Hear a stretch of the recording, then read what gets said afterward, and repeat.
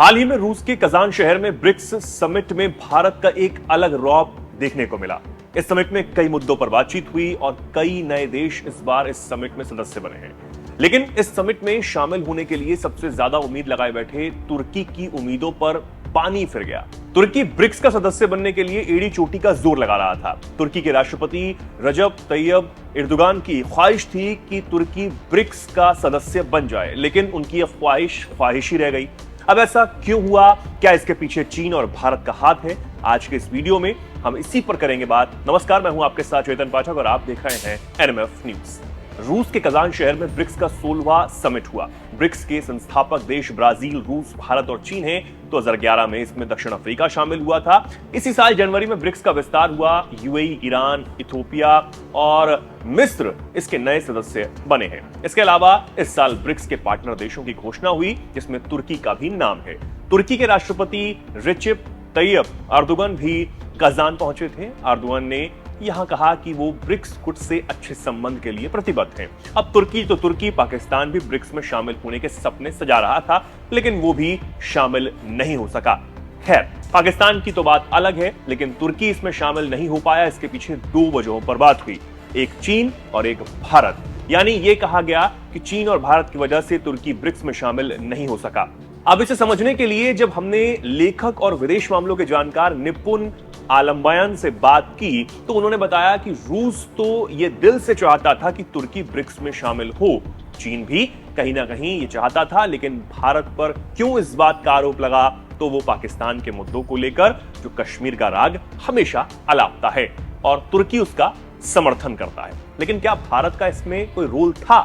सुनिए निपुण जी ने क्या कुछ बताया। रशिया तो बहुत उत्साहित है कि कैसे भी करके मेंबर अगर बन जाता है टर्की, क्योंकि नाटो का एक देश होगा जो ब्रिक्स का मेंबर बनेगा, तो ये रशिया के लिए बहुत इंपॉर्टेंट हो जाएगा। और जो रशिया पे बार बार ये बात होगी, हम रशिया को, पुतिन को क्या कर दिया है, आइसोलेट कर दिया है, और नाटो का एक मेंबर्स का पार्ट बनता है, तो रशिया के लिए बहुत ही बेनिफिशियल वाली बात और एक अपनी इमेज को बेटर दिखाने की बात उसकी शो हो जाएगी। लेकिन चीन और भारत, खासतौर से हम बात करेंगे भारत के बारे में, लेकिन चीन के बारे में हल्का सा। चीन को ये नहीं कि बहुत ज्यादा विरोध है टर्की को शामिल होने को लेकर। चीन तो चाहता है टर्की और पाकिस्तान दोनों बने। हालांकि थोड़ा बहुत विरोधाभास रहा है वीगर मुस्लिम को लेकर, तो बयान एर्दोगान के रहे हैं। लेकिन भारत को लेकर बात करें तो अक्सर कश्मीर के मुद्दे में आप देखेंगे कि उन्होंने यूएन के मंच को भी पाकिस्तान के फेवर में उन्होंने बोलने का प्रयास किया। एक नए तरह का ब्लॉक बनाने का प्रयास किया जा रहा था। इसमें 3-4 देश शामिल थे, टर्की था, पाकिस्तान था, मलेशिया था, कि ये चारों देश भारत के खिलाफ क्या थे, आग उगल रहे थे।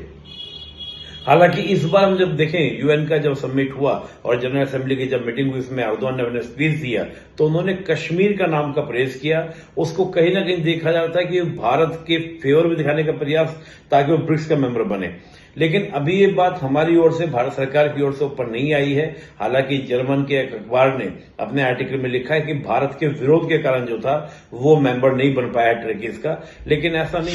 दरअसल इस बहस की शुरुआत तब हुई जब जर्मन प्रकाशक बिल्ज ने यह खबर चला दी थी कि तुर्की को ब्रिक्स में शामिल होने से भारत ने रोक दिया है। इस बात का जिक्र निपुण आलम्बयान ने भी अपनी बात में किया।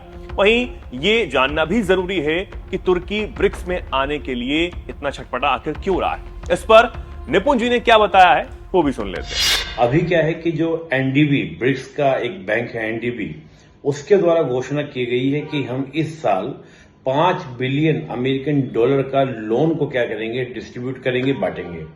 और इस समय जो टर्की की स्थिति है वो बहुत ही ज्यादा क्राइसिस की स्थिति है। अगर हम टर्की की बात करें तो आप वहां जानते होंगे उनकी जो करेंसी है लीरा में हम देखें तो 80% उसकी वैल्यू क्या वो डिक्रीज हो गई है। और साथ ही वहां पर जो इन्फ्लेशन रेट है वो 75% आपका बैठता है। दूसरा हम देखेंगे कि अगर हम टर्की की बात करते हैं तो टर्की का इस्तांबुल की बात करें या उसके कैपिटल की बात करें, वहां तो ठीक है, लेकिन बाकी सारे एरियाज में क्या है, टर्की के अंदर एक काफी ज्यादा गरीबी क्या हो बढ़ रही लगातार। तो टर्की लगातार प्रयास कर रहा था कि वो ईयू का मेंबर बने, लेकिन ईयू जो है मेंबर्स को बना नहीं रहा था। तो उन्होंने सोचा जब ब्रिक्स का एक्सपेंशन हो रहा है तो अगर हम उसका पार्ट बन जाएं और बनने के बाद जो $5 बिलियन का जो लोन है उसमें $1-2 बिलियन भी हमको मिल जाए तो हमारे लिए बहुत ही बेनिफिशियल रहेगा, बहुत बेटर रहेगा।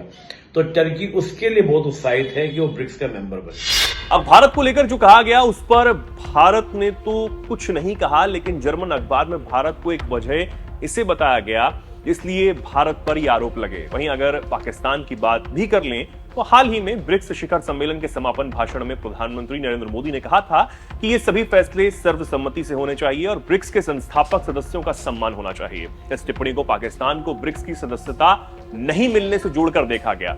यह खबर आई कि रूस और चीन के चाहने के बावजूद भारत ने पाकिस्तान को ब्रिक्स में शामिल होने से रोक दिया।